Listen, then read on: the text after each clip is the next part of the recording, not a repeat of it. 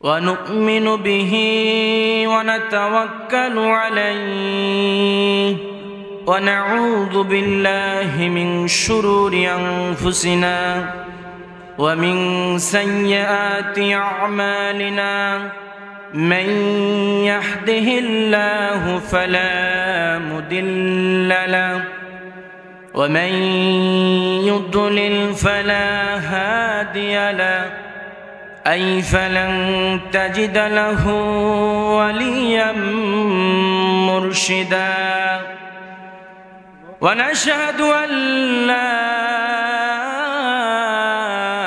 إله إلا الله وحده لا شريك له والذي لا ضد له ولا ند له لا مثل له ولا مثيل له لا وزير له ولا كفيل له لا شبه له ولا شبه له ولا شبيه له وهو الواحد الفرد الصمد لم يلد ولم يولد ولم يكن له كفوا أحد ونشهد أن سيدنا ونبينا وحبيبنا وبشيرنا حبيبنا وبشيرنا ونذيرنا وطبيبنا وطبيب أرواحنا وحبيبنا وحبيب ربنا محمدًا عبد الله ورسوله الذي أرسله بالحق بشيرا ونذيرا وداعيا إلى الله بإذنه وسراجا منيرا فقد قال الله تعالى في كلامه المجيد أعوذ بالله من الشيطان الرجيم بسم الله الرحمن الرحيم إن الله وملائكته يصلون على النبي يا أيها الذين آمنوا صلوا عليه وسلموا تسليما اللهم صل على سيدنا مولانا محمد وعلى آل سيدنا شافعنا محمد यहाँ शहादत गाह उल्फत में कदम रखना यहाँ शहादत गाह उल्फत में कदम रखना लोग समझते हैं अहसा है मुसलमान होना अल्लाहुम्मा सल्ली अला सय्यदिना मौलाना मुहम्मद वअला आलि सय्यदिना शाफिअना मुहम्मद बलगल उला بكماله كشف الضبجا بجماله حسنت جميع خصاله صلوا عليه وآله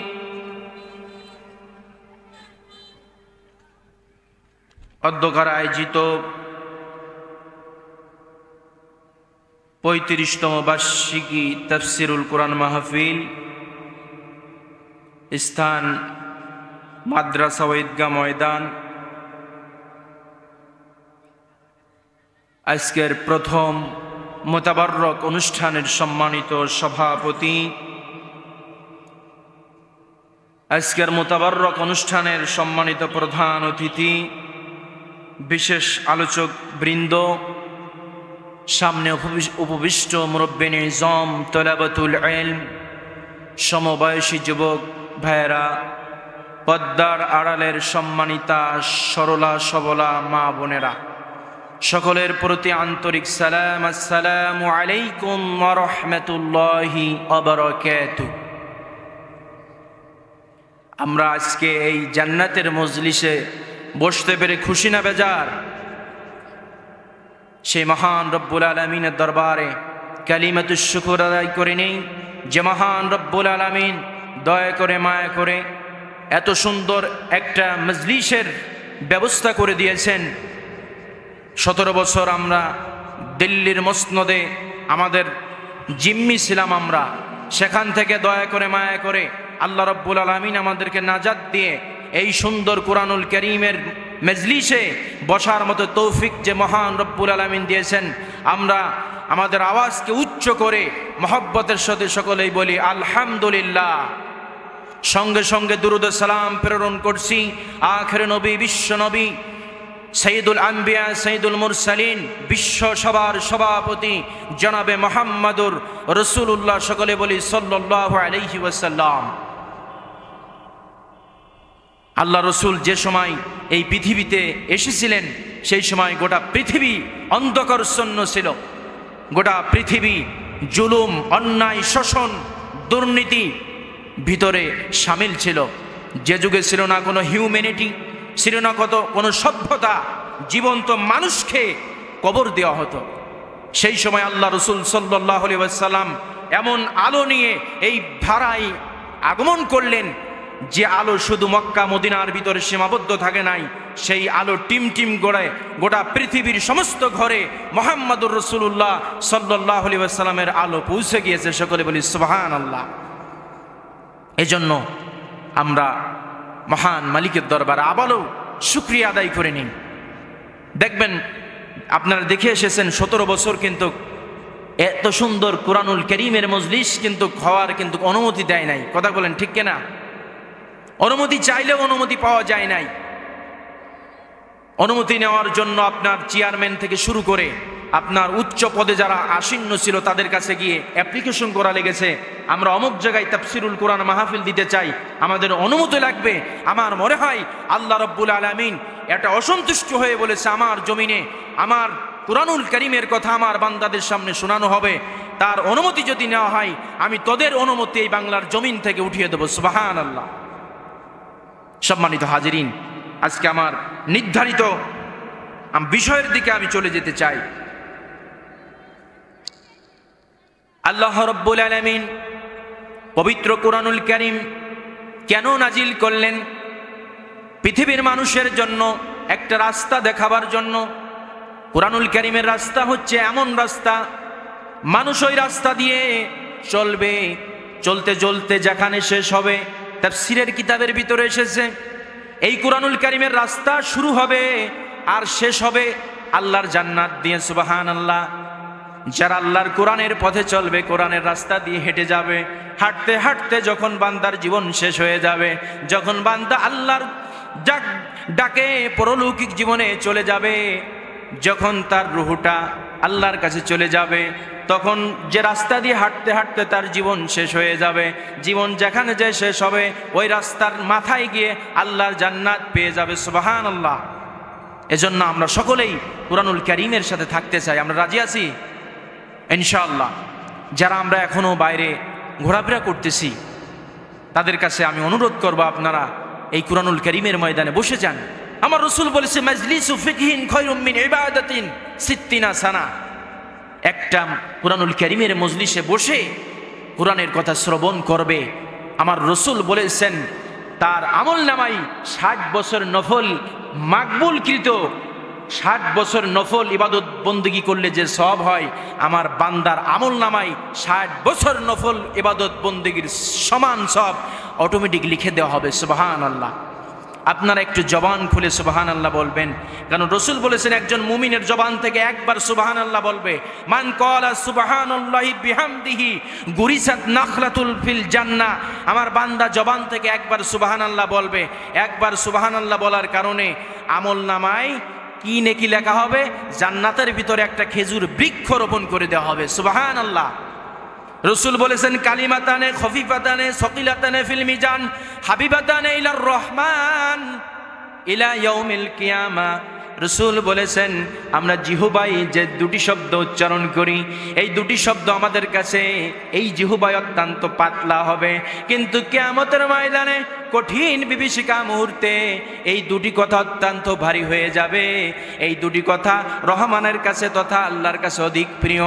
কিয়ামতের ময়দানে হতে পারে এই সুবহানাল্লাহ বলার কারণে আপনার নাজাতের ওসিলা হয়ে যেতে পারে। সুবহানাল্লাহ। আল্লাহ রাব্বুল আলামিন যে কুরআনুল কারীম নাজিল করলেন, এই কুরআনুল কারীমের ভিতরে আল্লাহ রাব্বুল আলামিন 114টি সূরা নাজিল করেছেন।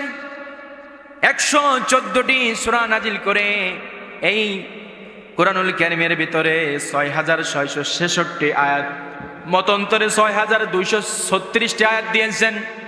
এই কুরআনুল কারীমে আল্লাহ রাব্বুল আলামিন ৭৭,৪39টি হরফ 39টি শব্দ দিয়েছেন। আল্লাহ রাব্বুল আলামিন 3,23,721টি হরফ দিয়েছেন। আল্লাহ রাব্বুল আলামিন কুরআনুল কারীমের ভিতরে 15টি সেজদা দিয়েছেন, 7টি মঞ্জিল দিয়েছেন। আল্লাহ রাব্বুল আলামিন এত সুন্দরভাবে কুরআনুল কারীম নাজিল করেছেন, সাজিয়েছেন। মানুষ পড়বে আর হেদায়েত পাবে, মানুষ পড়বে আর হেদায়েত পাবে, মানুষ পড়বে আলোর সন্ধান পেয়ে যাবে, পথ বলা মানুষ পথের সন্ধান পেয়ে যাবে। আর যে পথের সন্ধান পাবে ওই পথের শেষে গিয়ে আল্লাহর জান্নাত অপেক্ষা করবে। সুবহানাল্লাহ। আজকে আলোচনার বিষয় যে সূরা ফিল থেকে যে ফিল আল্লাহ রাব্বুল আলামিন রাসূলের মক্কি জিন্দেগি নাজিল করলেন, এই সূরা ফিলের ভিতরে আল্লাহ রাব্বুল আলামিন 23টি শব্দ দিয়েছেন, 94টি হরফ দিয়েছেন। কয়টি হরফ? 94টি হরফ। 94টি হরফ তেলাওয়াত করলে আল্লাহ তাআলা বান্দার আমলনামায় 980টা নেকি লিখে দেবেন। সুবহানাল্লাহ। এটা কুরআনুল কারীমের 105 নং সূরা, সিরাতের দিক থেকে 105 নং সূরা এই সূরা ফিল। এই ফিল থেকে আমরা কিছু কথা বলবো। আল্লাহ তাআলা আমাদেরকে সকলে তৌফিক দান করুক, সকলে বলে আমিন। তাফসিরে মাঝারিতে এসেছে যে তাফসির করতে হলে 5টা জিনিস লাগবে। সর্বপ্রথম হচ্ছে তেলাওয়াত। তেলাওয়াত, যে আয়াতের তাফসির করা হবে সেই আয়াতের তেলাওয়াত করতে হবে। দ্বিতীয় হচ্ছে ওই আয়াতের সাবলীল অনুবাদ করতে হবে। তৃতীয় হচ্ছে ওই আয়াতের শানে নজুল জানা থাকা লাগবে, শানে নজুল থাকলে কিন্তু আপনি তাফসির বুঝতে পারবেন। চতুর্থ হচ্ছে আয়াতের ব্যাখ্যা। পঞ্চম হচ্ছে ওই 4টার সমন্বয়ে বাস্তব জীবনে শিক্ষা গ্রহণ করে আমাদের বাস্তব জীবনে আমল করতে হবে। কারণ তাফসিরে কাশফের ভিতরে এসেছে কিয়ামতের ময়দানে যখন মানুষেরা জাহান্নামের লাইনে দাঁড়াবে, আল্লাহ রাব্বুল আলামিন বলবে, আল্লাহ রাব্বুল আলামিনের ফেরেশতারা বলবে তোমরা কারা? ফেরেশতাদের জবাবে তখন লাইনে যারা থাকবে মানুষেরা বলবে আমরা মানুষ। ফেরেশতা বলবে না, মানুষ কখনো না। আদম আলাইহিস সালাম মানুষ ছিল, আর আদম মানুষ বলে আল্লাহ রাব্বুল আলামিন মানুষের জন্য জান্নাত তৈরি করে রেখেছেন, 8টা জান্নাত। তোমরা যদি মানুষ হবে তোমাদের স্থান, তোমাদের ডেস্টিনেশন হবে জান্নাত। কেন তোমরা জাহান্নামে যাবে বলো? তোমরা দেখতে পাও না তোমাদের সামনে দিয়ে আসহাবে কাহাফের কুকুর আল্লাহর জান্নাতে দৌড়ে দৌড়ে চলে যাচ্ছে। বালাম ইবনে বাউলের গাধা আল্লাহর জান্নাতে চলে যাচ্ছে। সালেহ আলাইহিস সালাতু ওয়াস সালামের উষ্টি আল্লাহর জান্নাতে চলে যাচ্ছে। চতুষ্পদ জন্তু হয়ে তাদের স্থান যদি আল্লাহর জান্নাতে হয়, উস্তুনে হান্নানা রাসূল আকরাম সাল্লাল্লাহু আলাইহি ওয়াসাল্লাম যেটাকে খুতবা দিতেন হেলান দিয়ে, উস্তুনে হান্নানা রাসূল আকরাম সাল্লাল্লাহু আলাইহি ওয়াসাল্লামের সাথে জান্নাতে যাবে। কেন মানুষে তুমি জাহান্নামে যাবে? তুমি তো আশরাফুল মাখলুকাত ছিলে, কেন তোমরা জাহান্নামে যাবে?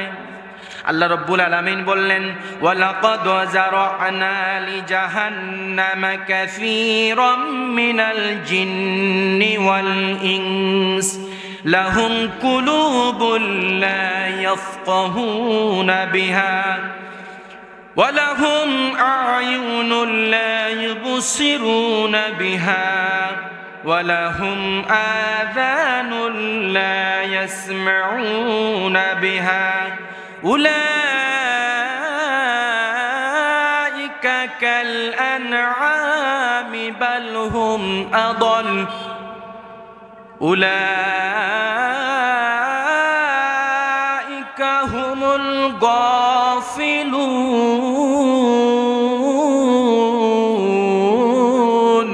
আল্লাহু আকবার। আল্লাহ রাব্বুল আলামিন বললেন, মনে হয় আমি নিশ্চয় অধিকাংশ মানুষ এবং জিনকে জাহান্নামে দেওয়ার জন্যই সৃষ্টি করেছি। তাদের তিনটা স্বভাব হবে। কয়টা স্বভাব? তিনটা স্বভাব হবে, তিনটা খসাইস হবে, বৈশিষ্ট্য হবে। লাহুম কুলুবুন লা ইয়াফকাহুনা বিহা, তাদের কলব থাকবে কিন্তু তারা উপলব্ধি করবে না। তাদের সামনে কুরআনুল কারীম তেলাওয়াত করা হবে, কোরআনের বিধান সম্পর্কে অবহিত করা হবে তাদেরকে, কিন্তু তারা উপলব্ধি করবে না, শুনবে না। ওয়ালাহুম আ'য়ুনুন লা ইউবসিরুনা বিহা, তাদের চক্ষু থাকবে কিন্তু তারা দেখবে না। ওয়ালাহুম আযানুন লা ইয়াসমাউনা বিহা, তাদের কান থাকবে কিন্তু তারা শুনবে না। এই তিনটা বৈশিষ্ট্য যাদের ভিতরে থাকবে, আল্লাহ রাব্বুল আলামিন কুরআনুল কারীমের সূরা আরাফের 179 নম্বর আয়াতে বলেছেন, উলাইকা কাল আনআমি বাল হুম আদাল, তারা চার পায়ে জন্তু নয়, তারা ওই চার পায়ে জন্তুর চেয়েও খারাপ। উলাইকা হুমুল গাফিলুন, তারা উদাসীন। এজন্য কুরআনুল কারীম শুনতে হবে, তাফসীর শুনতে হবে, ওই অনুযায়ী আমল করতে হবে। আল্লাহ রাব্বুল আলামিন আমাদের সকলকে তৌফিক দান করুক। সকলে বলে আমিন। সকলে পড়ুন, আউযু বিল্লাহি মিনাশ শাইতানির রাজীম, বিসমিল্লাহির রাহমানির রহিম। ألم تر كيف فعل ربك بأصحاب الفيل ألم يجعل كيدهم في تضليل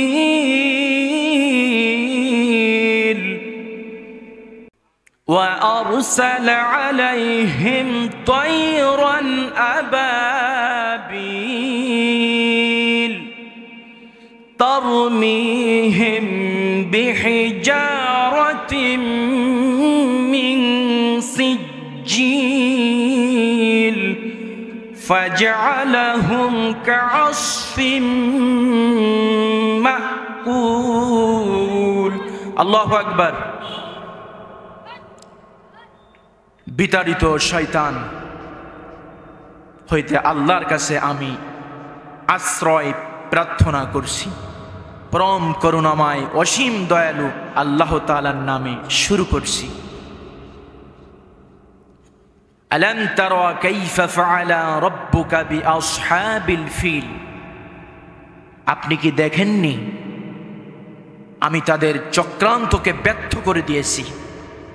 আলাম ইয়াজআল কাইদাহুম ফি তাদলিল, আলাম তারা কাইফা ফাআলা রাব্বুকা বিআসহাবিল ফিল, আপনি কি দেখেননি হস্তি বাহিনীর সঙ্গে কি রূপ ব্যবহার করা হয়েছিল। আলাম ইয়াজআল কাইদাহুম ফি তাদলিল, আমি কি তাদের চক্রান্ত ষড়যন্ত্রকে আমি ব্যর্থ করে দেইনি। আল্লাহ রাব্বুল আলামিন মক্কার মানুষদেরকে খেতাব করে বলতেছেন, যখন ওই পাহাড়ের উচ্চতায় বসে আব্রাহা বাদশার সেই ধ্বংস দেখতেছিল, তাদেরকে লক্ষ্য করে, তাফসীরের ভিতরে এসে তাদেরকে লক্ষ্য করে আল্লাহ রাব্বুল আলামিন এই কথা বলতেছেন, আলাম ইয়াজআল কাইদাহুম ফি তাদলিল। আল্লাহ রাব্বুল আলামিন তাদের চক্রান্তকে কি ব্যর্থ করে দেয় নাই? ইয়ামেন থেকে 60,000 সৈন্য নিয়ে মক্কার অভিমুখে রওনা দিল, কাবা শরীফকে নাইসাই করে দেবে, তছনছ করে ভেঙ্গে গুঁড়ো গুঁড়ো করে অস্তিত্ব বিলীন করে দেবে।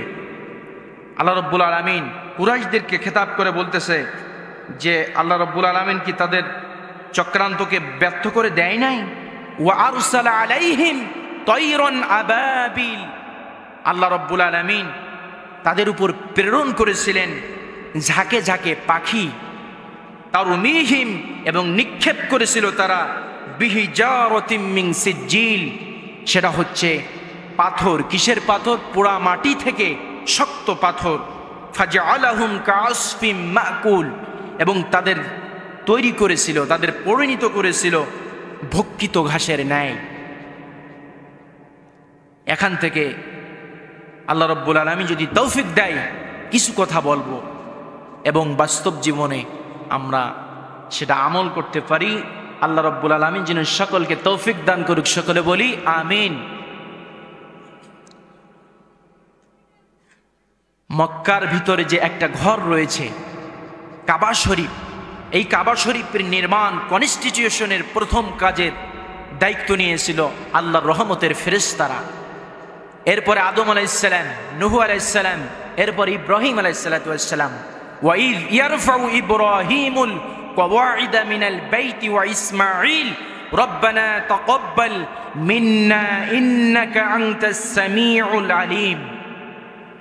হযরত ইব্রাহিম আলাইহিস সালাতু ওয়াস সালাম এবং ইসমাঈল আলাইহিস সালাতু ওয়াস সালাম এই ঘরের পূর্ণ কাজ নির্মাণ করার জন্য ইব্রাহিম আলাইহিসসালাম কাজ করতেছে ইসমাঈল আলাইহিসসালামের ঘাড়ে মালামাল রেখে, এবং দোয়া করলেন, আল্লাহ আমাদের দোয়া আপনি কবুল করে নেন এবং আপনি দয়ালু এবং আপনি তওবাকারী তওবা গ্রহণ করেন।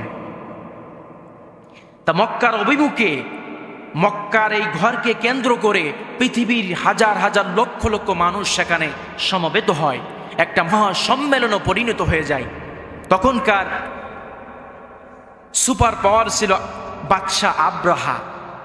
বাদশাহ আব্রাহা দেখতে পেল মক্কার এই ঘরকে কেন্দ্র করে লক্ষ লক্ষ মানুষ সেখানে সমবেত হয়, আর এই ঘরকে লক্ষ্য করে যখন লক্ষ লক্ষ মানুষ যেখানে যায় তখন অর্থনৈতিকভাবে মক্কা মদিনার মানুষ স্বাবলম্বী হয়ে যায়, এবং এই ঘরে রক্ষণাবেক্ষণ করার কারণে কুরাইশরা অধিক মর্যাদাবান পৃথিবীর মানুষের কাছে।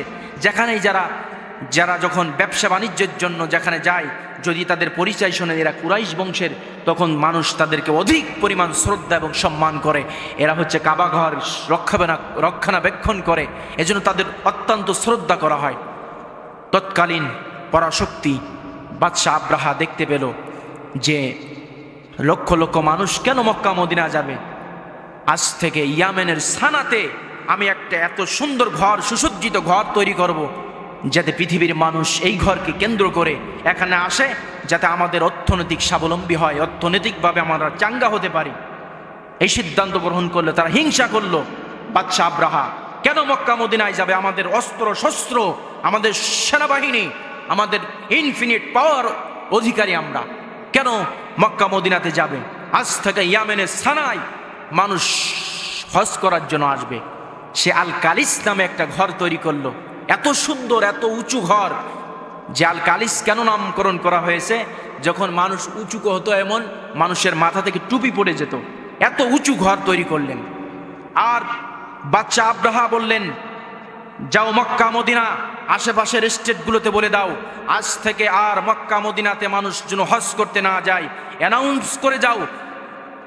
পরবর্তীতে ইয়ামেনের সানাতে মানুষেরা পবিত্র হজ আদায় করার জন্য এই ঘর যখন, এই কথা যখন অ্যানাউন্স করে দিল, বাদশাহ আব্রাহার সৈন্যবাহিনী মক্কার প্রান্তে মানুষের কাছে এই খবর পৌঁছে গেল।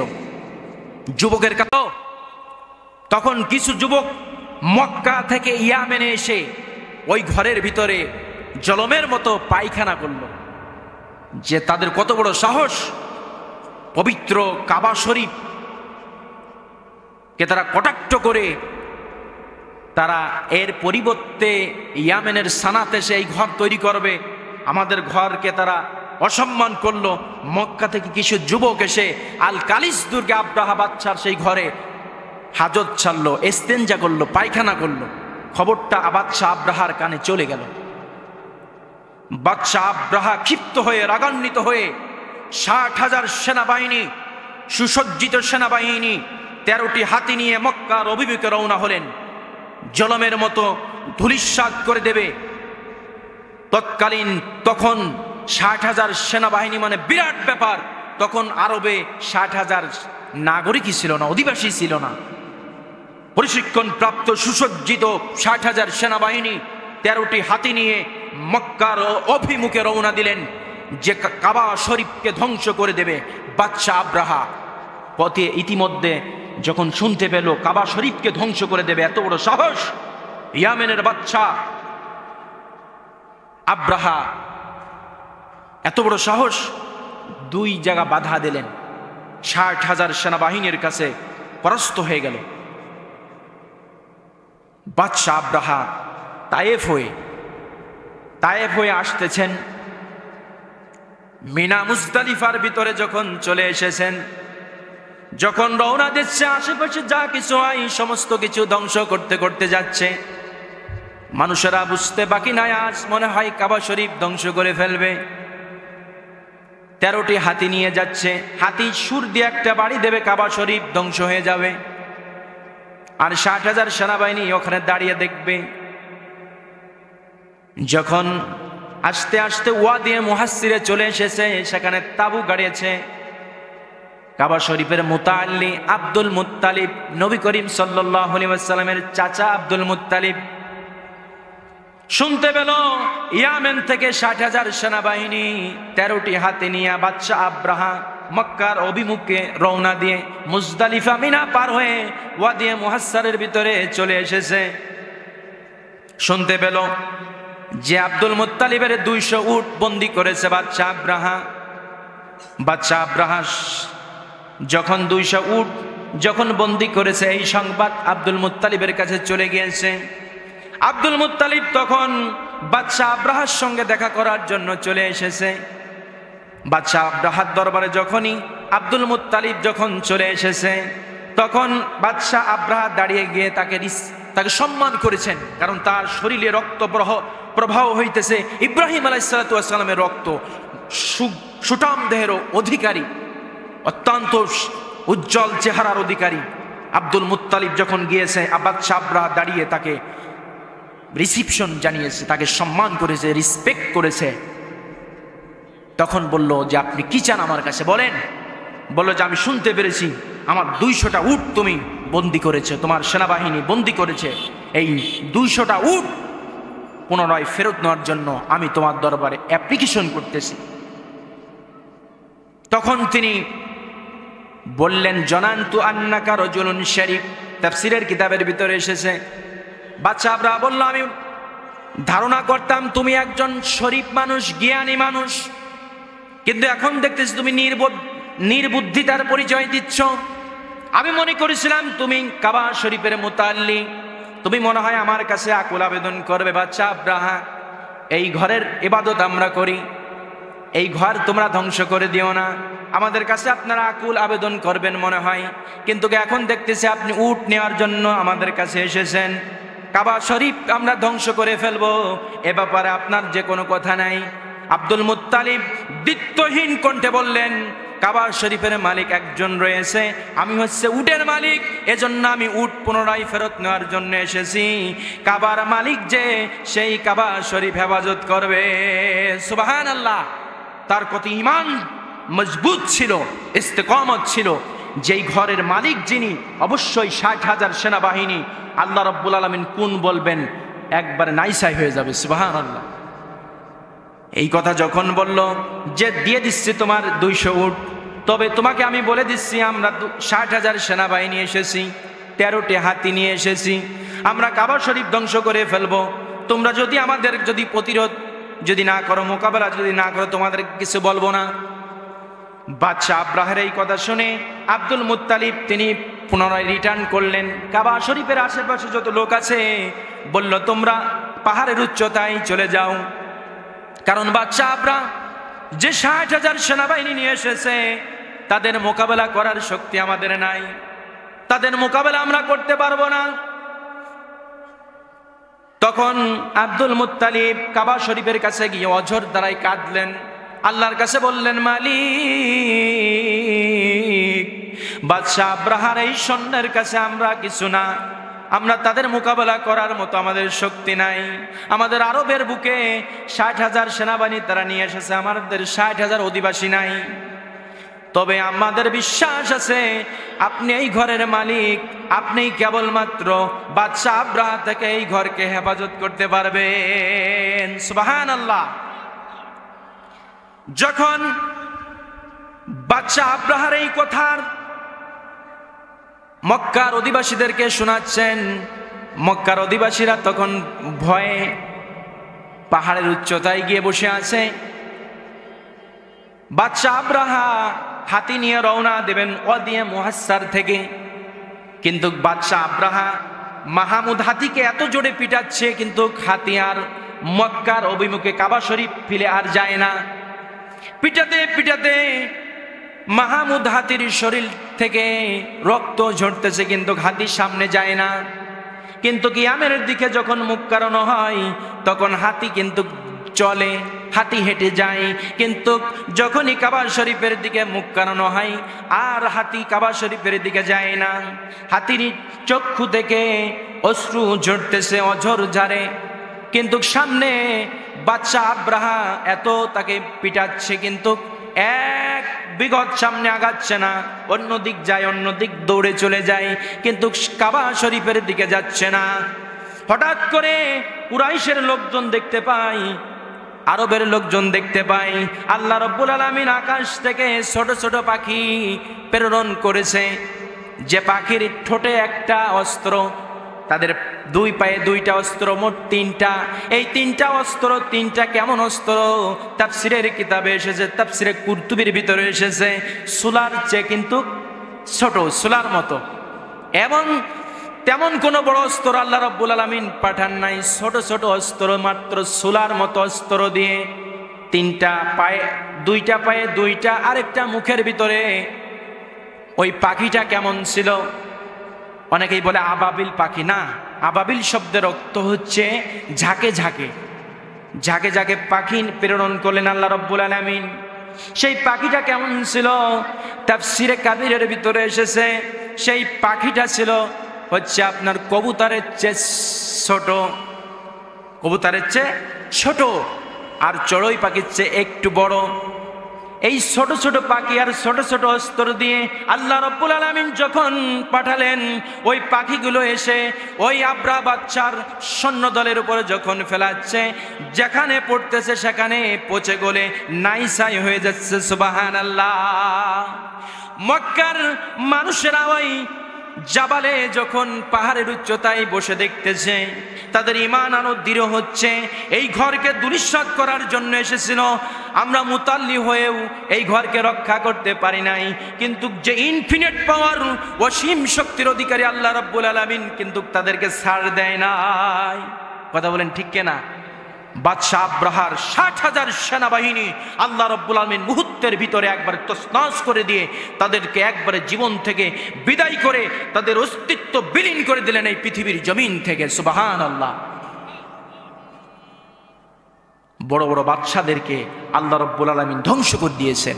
এজন্য আল্লাহ রাব্বুল আলামিন কুরআনুল কারীমের এই সূরা ফিলের প্রথম বলেছেন, আলাম তারা কাইফা ফাআলা রাব্বুকা বিআসহাবিল ফিল। আপনি কি দেখেননি হস্তি বাহিনীর সঙ্গে আল্লাহ রাব্বুল আলামিন কি রূপ আচরণ করেছিল? কিন্তু তাফসীরের ভিতরে এসেছে রাসূলুল্লাহ সাল্লাল্লাহু আলাইহি সাল্লামের জন্মের 50 দিন আগে এই ঘটনা ঘটেছে, কিন্তু কেন আল্লাহ বলেন আলাম তারা, আপনি কি দেখেননি? তা আল্লাহ কেন দেখেননি শব্দটি ইস্তেমাল করলেন, ব্যবহার করলেন? আল্লাহ রাসূল তো সে কোনো জন্মই নেয় নাই। তাফসীর কুরতুবির ভিতরে এসেছে আলাম তাসমা, আলাম তাআলাম, আপনি কি শোনেননি? মক্কার কুরাইশরা তো চাক্ষুষ্মান ছিল, মক্কার কুরাইশরা তো দেখেছে আল্লাহ রাব্বুল আলামিনের কাবা ধ্বংস করার জন্য বাদশা আব্রাহার সেনাবাহিনী যখন এসেছিল, আল্লাহ রাব্বুল আলামিন আকাশ থেকে ছোট ছোট পাখি, বড় পাখি না, বড় বড় পাখি আল্লাহ রাব্বুল আলামিন এখানে ব্যবহার করেন নাই, ছোট ছোট পাখি ব্যবহার করে 60,000 সেনাবাহিনীকে মুহূর্তের ভিতরে নাইসাই করে দিয়ে আল্লাহ রাব্বুল আলামিন তাদেরকে ধ্বংস করে দিলেন। সুবহানাল্লাহ। রসুলকে সান্ত্বনা দিচ্ছেন, কারণ কে? তখন মক্কার কুরাইশেরা রসুল আকরাম সাল্লাল্লাহু আলাইহি সাল্লামের ঘোর শত্রু হয়ে গেল। ওয়াইয ইয়ামকুরু বিকাল্লাযীনা কাফারু, যখন আপনার বিরুদ্ধে ষড়যন্ত্র করল, স্মরণ করুন সেই সময়ের কথা যখন আপনার বিরুদ্ধে তারা ষড়যন্ত্র করল। কি ষড়যন্ত্র করল তারা? লিয়ুসবিতুকা আও ইয়াকতুলুকা আও ইউখরিজুকা ওয়া ইয়ামকুরুনা ওয়া ইয়ামকুরুল্লাহ ওয়াল্লাহু খায়রুল মাকিরিন। যখন তারা সিদ্ধান্ত গ্রহণ করলো মুহাম্মদুর রাসূলুল্লাহ সাল্লাল্লাহু আলাইহি ওয়াসাল্লামকে তারা বন্দী করবে, তারা জাতীয় নেতাদেরকে আহ্বান করলো মুহাম্মদুর রাসূলুল্লাহ সাল্লাল্লাহু আলাইহি ওয়াসাল্লামকে কি করা যায়। দারুন নদওয়ায় বৈঠক বসালো তারা, নেতারা বসে সিদ্ধান্ত গ্রহণ করলো মুহাম্মদুর রাসূলুল্লাহ সাল্লাল্লাহু আলাইহি ওয়াসাল্লামকে বন্দী করা হবে। কিন্তু নেতারা বলল না, বন্দী করলে হবে না, কারণ রাসূলুল্লাহ সাল্লাল্লাহু আলাইহি ওয়াসাল্লাম বন্দী থাকবে আর তার সাহাবীরা বসে বসে থাকবে, তা কখনো না। মুহাম্মদুর রাসূলুল্লাহ সাল্লাল্লাহু আলাইহি ওয়াসাল্লামকে উদ্ধার করার জন্য সাহাবীরা, তার সাথীরা জীবন দিতে কুণ্ঠাবোধ করবে না, তাকে আটকিয়ে কোনো রকম আমরা পার পাবো না। কোনো মতে তারা যদি একটু শক্তি যদি অর্জন করতে পারে, শক্তি যদি একটু অ্যাচিভ করতে পারে, তাহলে মুহাম্মদুর রাসূলুল্লাহ সাল্লাল্লাহু আলাইহি ওয়াসাল্লামকে ওই জেলখানা থেকে বের করার জন্য সাহাবীরা রক্ত এবং জীবন দিতেও কুণ্ঠাবোধ করবে না। সুবহানাল্লাহ। সিদ্ধান্ত রদ হয়ে গেল। তখন আরেকটা দল বলল যে আও ইয়াকতুলুকা, আমরা তাকে হত্যা করব। তখন হত্যা বলল যে না, তাকে হত্যা করা যাবে না, মুহাম্মদ সাল্লাল্লাহু আলাইহি ওয়াসাল্লাম তো আর খারাপ মানুষ না। মুহাম্মদ সাল্লাল্লাহু আলাইহি ওয়াসাল্লামের যে নীতি আদর্শ, এই আদর্শটা মূলত আমরা বাস্তবায়ন হতে দেব না, শুধু শুধু তাকে হত্যা করার দরকার নাই। তৃতীয়টা বলল যে আমরা জমিন থেকে তাকে বের করে দেই, আও ইউখরিজুকা, তারা আমরা আমাদের এই জমিন থেকে বের করে দেয়। তখন কিছু সংখ্যক বলল না, আমাদের আপদ বের করা যাবে না, কারণ মুহাম্মদুর রাসূলুল্লাহ সাল্লাল্লাহু আলাইহি ওয়াসাল্লামের জবান থেকে যারাই কথা শোনে তারাই জাদুর আসরে পড়ে যায়, তারা ঈমান এনে কালেমা পড়ে মুসলমান হয়ে যায়। সুবহানাল্লাহ। মুহাম্মদ রাসূলুল্লাহ সাল্লাল্লাহু আলাইহি ওয়াসাল্লামের দরবারে যারাই গিয়েছে একটু দেখার জন্য, মক্কার কুরাইশেরা, কাফেরেরা যখন বলেছে মুহাম্মদ সাল্লাল্লাহু আলাইহি ওয়াসাল্লাম পাগল হয়ে গিয়েছেন, মুহাম্মদ সাল্লাল্লাহু আলাইহি ওয়াসাল্লাম পাগল হয়ে গিয়েছেন, মক্কার মানুষেরা বলল দেখে আসে সেই পাগলটা কেমন পাগল।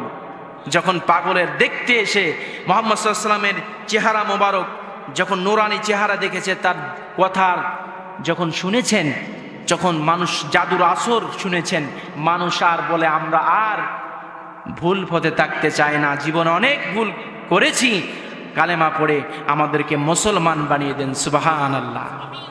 মুহাম্মদ সাল্লাল্লাহু আলাইহি ওয়াসাল্লামকে সান্ত্বনা দেওয়ার জন্য বলেছেন আপনি বেশি চিন্তা করবেন না, বাদশাহ আব্রাহা এসেছিল 60,000 সেনাবাহিনী নিয়ে, এদের থেকে বেশি সুপার পাওয়ার, ইনফিনিট পাওয়ার আল্লাহ রাব্বুল আলামিন, বেশি কিছু লাগে নাই, আবাবিল ঝাঁকে ঝাঁকে কিছু পাখি দিয়ে দুনিয়া থেকে ওদেরকে বিদায় করে দিয়েছে। সুবহানাল্লাহ।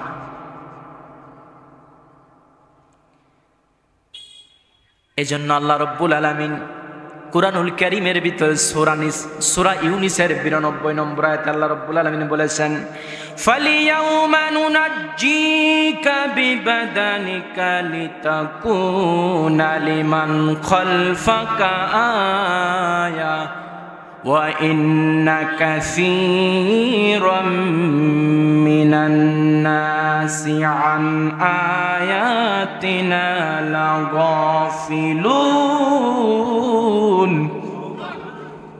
আল্লাহ রাব্বুল আলামিন বললেন, ফিরাউন যখন মুসা আলাইহিস সালামকে কষ্ট দিয়েছিল, হযরত মুসাকে যখন হত্যার পরিকল্পনা গ্রহণ করেছিল, আল্লাহ রাব্বুল আলামিন ধরে ফেলেছিল, একই রাস্তা দিয়ে মুসা আলাইহিস সালামের জীবন আল্লাহ রাব্বুল আলামিন বাঁচিয়ে দিল।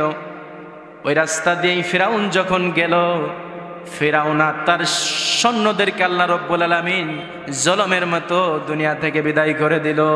সুবহানাল্লাহ। আল্লাহ রাব্বুল আলামিন এর জন্য বলেছেন ফালিয়াউমা নুনাজ্জিকা।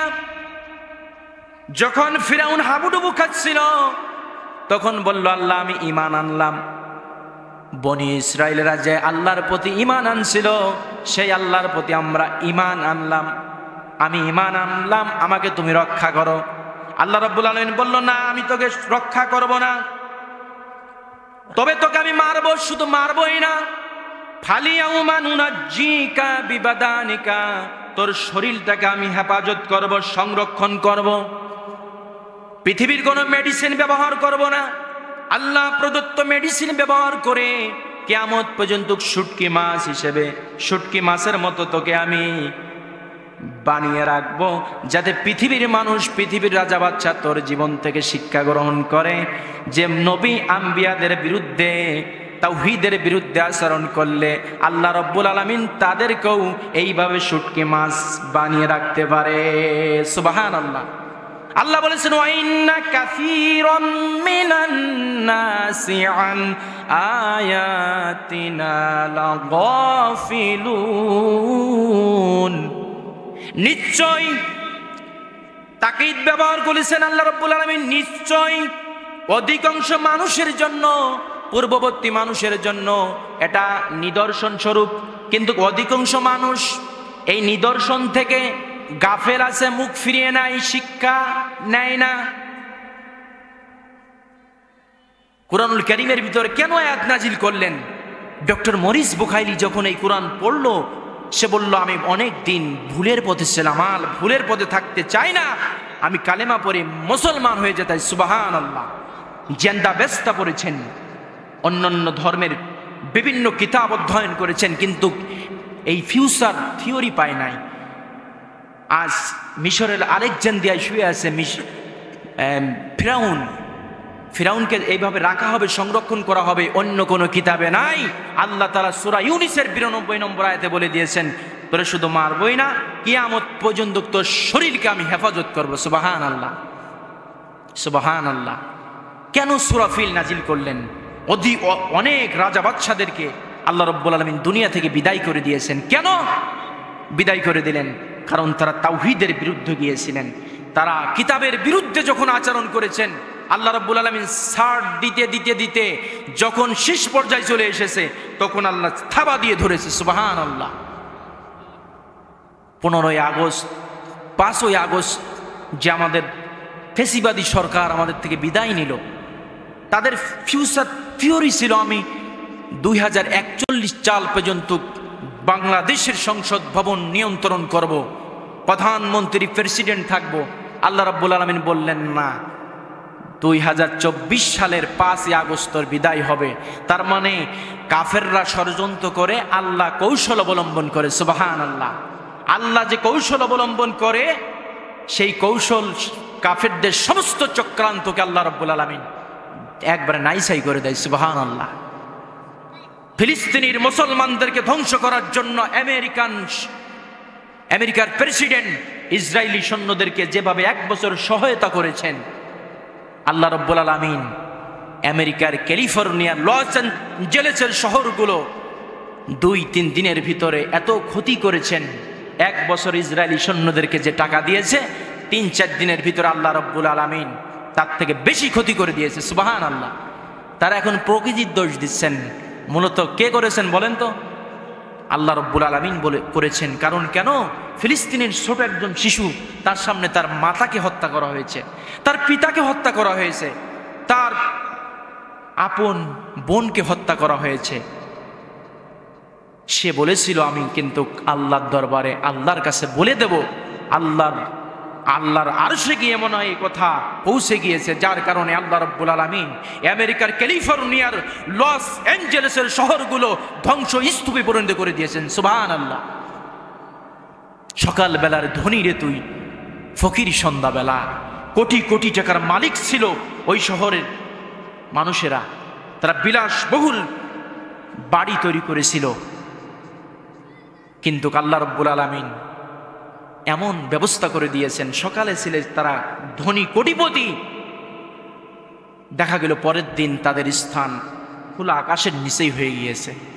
কারণ এখনো যে দাবানল চলতেছে, আমেরিকার একজন গবেষক বলেছেন ওই পাশে হচ্ছে সাগর, বলছেন সাগরের সমস্ত পানি যদি ঢেলে দেওয়া হয় তাও আগুন নেভবে না। সুবহানাল্লাহ। সাগরের সমস্ত পানি যদি সেখানে ফেলা হয় তাও আগুন নেভানো সম্ভব নয়।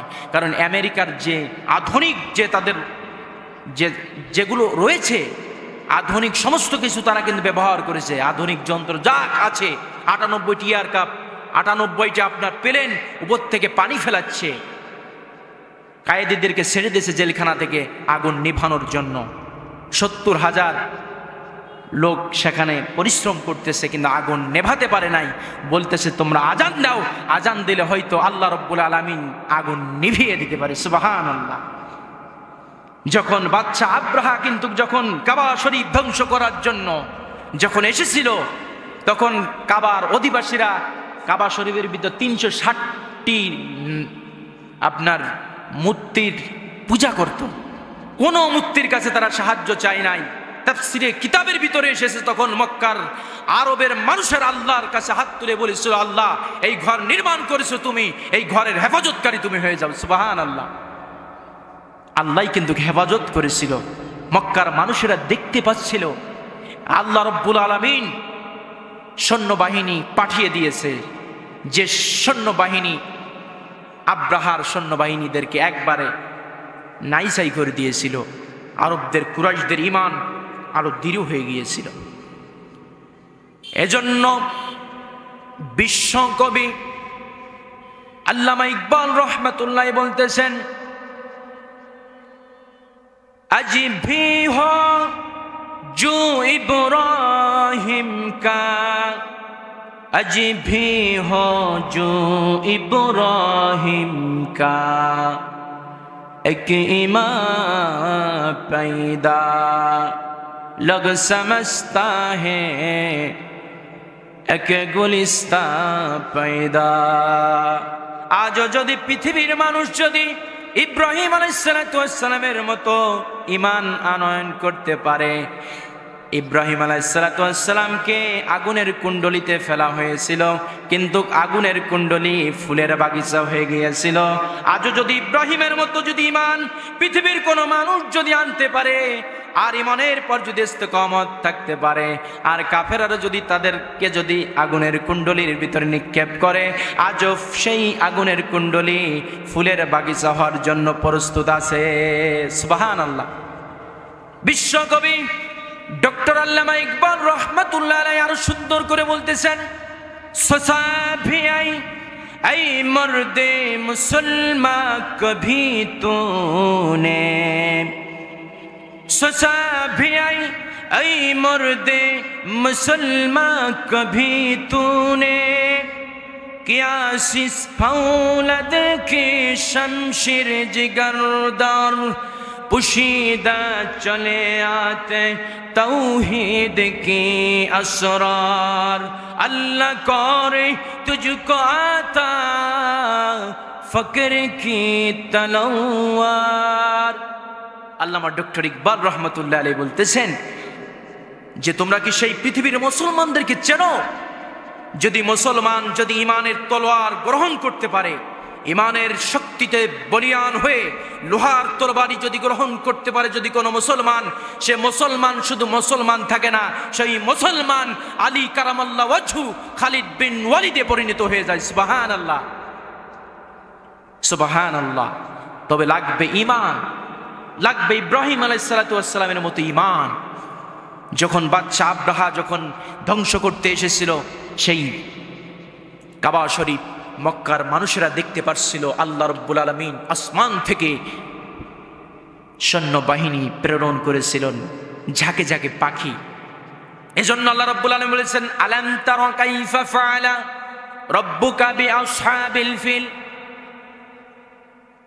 আপনি কি দেখেননি হস্তি বাহিনীর সঙ্গে কিরূপ আচরণ করা হয়েছিল?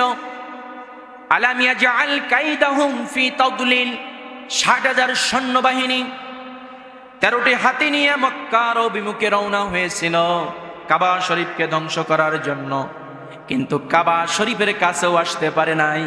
ওয়াদিয়ে মুহাসসার থেকে আল্লাহ রাব্বুল আলামিন তাদের চক্রান্তকে ব্যর্থ করে দিয়েছেন। সুবহানাল্লাহ। ওয়ারসালা আলাইহিম, প্রেরণ করেছিলেন তাদের উপরে তায়রান আবাবিল, ঝাঁকে ঝাঁকে পাখি। পাখি এসে সোলার মতো দানা যখন নিক্ষেপ করেছিল তাদের উপরে, তাদের গোস্ত মাংসগুলো একবারে পচে গলে জমিনে পড়ে গিয়েছিল। অবশেষে তারা মৃত্যুবরণ করে 60,000 সৈন্যবাহিনী একবারে জীবন নিঃশেষ হয়ে গিয়েছিল, জলমের মতো বিদায় নিয়েছিল। এই দৃশ্য দেখে মক্কার কুরাইশেরা দলে দলে ইসলামের দিকে আসতে লাগলো। যে ঘর হেফাজত করেছে যেই মালিক, সেই মালিকের খেদমত, সেই মালিকের ইবাদত আজ থেকে আমরা শুরু করব। সুবহানাল্লাহ। ফাজআলাহুম, ওই পাখি যখন তাদের উপরে সেই অস্ত্র যখন নিক্ষেপ করেছিল, ফাজআলাহুম কাআসফিম মাআকুল, তাদের অবস্থা কেমন হয়েছিল তাফসীরের ভিতরে এসেছে, ভক্ষিত ঘাস। কোনো গরুকে যখন ঘাস দেওয়া হয়, সে ঘাস খাওয়ার পরে আবার যখন চর্বি, যখন সে জাগর ছাড়ে, যখন দেখবেন ঘাসগুলো একবারে ভক্ষিত ঘাসের ন্যায় হয়ে যায়। ঘাস একবারে ভুসি, যেমন কোনো ভুসি যখন কোনো যন্ত্রের মাধ্যমে যখন বানা হয়, ভুসি যখন ছোট ছোট হয়ে যায়, তেমন হয়ে গিয়েছিল তাদের শরীর, ভক্ষিত ঘাসের ন্যায় হয়ে গিয়েছিল তাদের অবস্থা। অবশেষে কিন্তু সমস্ত সেনাবাহিনী যখন মৃত্যুবরণ করলো, তখন বাদশাহ আব্রাহাকে আল্লাহ রাব্বুল আলামিন বাঁচিয়ে রাখলেন। সে একটা দৌড় দিয়ে আস্তে আস্তে হামাগুড়ি দিয়ে ইয়ামেনের সানার রাজধানীতে সে উপস্থিত হলো। তখন তার আশেপাশের সমস্ত লোক একত্রিত হয়ে গেল। কি ব্যাপার? বাদশাহ আব্রাহা তো 60,000 সেনাবাহিনী নিয়ে 13টি হাতি নিয়ে মক্কার অভিমুখে রওনা দিয়েছিল কাবা শরীফকে ধ্বংস করার জন্য। এমন অবস্থা কেন হলো? বাদশাহ আব্রাহার কাছে সকল তথ্য বলল। আমরা যখন ওয়াদিয়ে মুহাসসার থেকে যখন সামনে অগ্রসর হব, আল্লাহ রাব্বুল আলামিন আসমান থেকে কি যেন পাঠাচ্ছিল। সেই পাখি যখন নিক্ষেপ করলো, সেই পাথরগুলো যেখানে পড়তেছে সেখানে পচে গলে শেষ হয়ে যাচ্ছে। বলতেছে আমার 60,000 সেনাবাহিনী মুহূর্তের ভিতরে চির বিদায় নিয়ে চলে গেছে, আমি শুধু বেঁচে আছি। এই বিষয়গুলো যখন কুরাইশের মানুষেরা দেখতে পেল, কুরাইশের মানুষ দেখে তাদের ঈমানটা আরো মজবুত হয়ে গেল। এজন্য আল্লাহ রাব্বুল আলামিন এই সূরা নাজিল করলেন। সূরা নাজিল করে জানিয়ে দিলেন মক্কার কুরাইশদেরকেও, মক্কার কুরাইশেরা, তোমরা যারাই মুহাম্মদুর রাসূলুল্লাহ সাল্লাল্লাহু আলাইহি সাল্লামের আনিত দিন, এই বিধানের বিরোধিতা যারাই করবে, তাদের পরিণতিও কিন্তু আল্লাহ রাব্বুল আলামিন এই ব্যবস্থা করবে। সুবহানাল্লাহ। তাদের পরিণতি কিন্তু আল্লাহ রাব্বুল আলামিন এইভাবে করবে যেভাবে করেছিল বাদশা আব্রাহার সেনাবাহিনীদের সঙ্গে। যারাই কোরআনের বিরোধিতা করবে, তাদের অবস্থা কিন্তু আল্লাহ রাব্বুল আলামিন ঠিক এইভাবেই করবে। তার বাস্তব নমুনা কিন্তু আমরা 5ই আগস্ট দেখতে পেরেছি। কথা বলেন ঠিক কিনা? এই 15-16 বছর যিনি দায়িত্বে ছিলেন ফেসিবাদী সরকার, তার সমস্ত পদক্ষেপ ছিল কিভাবে আল্লাহর কোরআনকে নিভিয়ে রাখা যায়। কারণ কোরআন যখনই এই বাংলার জমিনে প্রতিষ্ঠিত হয়ে যাবে, তখন এই দুর্নীতি দুঃশাসন কিন্তু জনমের মতো বিদায় নেবে। আর যখন বিদায় নেবে, তাদেরকেও কিন্তু দেশ থেকে বিদায় নিতে হবে। সুবহানাল্লাহ। যারা এই কোরআনের সাথে বিরোধিতা করেছে, তাদের ঘরকে আল্লাহ রাব্বুল আলামিন অভিশপ্ত করে দিয়েছেন। তাদের ঘরটা এখন মানুষ পায়খানা করে। কথা বলেন ঠিক কিনা? যারা হজে যায় তারা দেখতে পারবেন ফিরাউনের ঘরকে আল্লাহ রাব্বুল আলামিন কিন্তু পায়খানা, মানুষ জামাতের সাথে পায়খানা করে। তার বাস্তব নমুনা। আমি কুষ্টিয়াতে থাকি। কুষ্টিয়া সব থেকে বড় ইনফিনিট পাওয়ার ছিল, সুপার পাওয়ার ছিল কিন্তু আপনার মাহবুবুল হক হানিফ। তার বাড়িতে এখন মানুষ জামাতের সাথে পায়খানা করে। মানুষ মনে করে এখানে পায়খানা করলে মানুষ মনে হয় আমরা গর্ববোধ করে। কারণ কেন? তাদের সমস্ত পদক্ষেপ ছিল আল্লাহর জমিন থেকে আল্লাহর দ্বীনকে মিটিয়ে দেওয়ার ষড়যন্ত্র তারা করেছিল। আর আল্লাহ কৌশল অবলম্বন করে তাদেরকে চিরজনমের মতো বিদায় করে দিলেন। সুবহানাল্লাহ। আল্লাহর কৌশল, দুনিয়ার পৃথিবীর সমস্ত যত কাফেররা কৌশল তারা ষড়যন্ত্র করুক, সমস্ত ষড়যন্ত্রকে আল্লাহ রাব্বুল আলামিন ব্যর্থ করে দেয়। আল্লাহ রাব্বুল আলামিন ষড়যন্ত্রের পাশাপাশি আল্লাহ কৌশল অবলম্বন করে। আল্লাহ রাব্বুল আলামিন আমরা যতটুকু শুনলাম যদি বাস্তব জীবনে আমল করতে পারি, তা আমার রাসূল ঘোষণা করেছেন যে আমার এই উম্মতি মুহাম্মদ যদি তার এলেম অনুযায়ী আমল করতে পারে, কিয়ামতের ময়দানে একজন বনী ইসরাইল নবীর সম্মানে সম্মানিত করা হবে। সুবহানাল্লাহ। উম্মতি মুহাম্মাদের একজন উম্মতি মুহাম্মদ তার এলেম অনুযায়ী যদি আমল করতে পারে, কিয়ামতের ময়দানে একজন নবীর সম্মানে সম্মানিত করা হবে। সুবহানাল্লাহ। আমার আল্লাহ তাআলা বলেছেন, সামিনা, যে ব্যক্তি শুনবে, ওয়া আতানা, নির্দ্বিধায় মেনে নেবে, গুফরানাকা রব্বানা ওয়া ইলাইকাল মাসির, আল্লাহর পক্ষ থেকে সেই বান্দাদের জন্য ক্ষমার ঘোষণা রইল। সুবহানাল্লাহ। এজন্য আল্লাহ রাব্বুল আলামিন যেন বাস্তব জীবনে আমাদেরকে আমল করার তৌফিক দান করুক। সকলে বলি আমিন। মা হাজা ইনদি ওয়াল ইলমু ইনদাল্লাহি আলাইহি তাওয়াক্কালতু আলাইহি উনীব। আসসালামু আলাইকুম ওয়া রাহমাতুল্লাহি ওয়া বারাকাতুহু।